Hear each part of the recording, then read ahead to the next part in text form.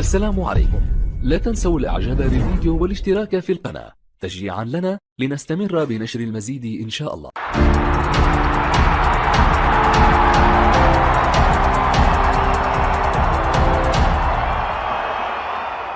السلام عليكم ورحمة الله وبركاته. أصدر نادي توتنهام هوتسبير بيانا رسميا يعلن توقيعه للاعب الإنجليزي البارز جيمس ماديسون لاعب خط وسط فريق ليستر سيتي خلال فترة الانتقالات الصيفية الحالية.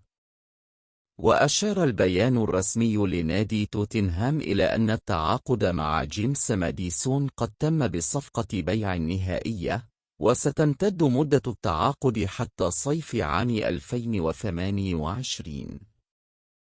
ووفقا للتقارير، دفع توتنهام مبلغ 40 مليون جنيه استرليني لنادي ليستر سيتي مقابل الحصول على خدمات ماديسون. وشارك النجم الإنجليزي في 32 مباراة مع فريق الثعالب، حيث نجح في تسجيل 10 أهداف وصنع 9 آخرين لزملائه.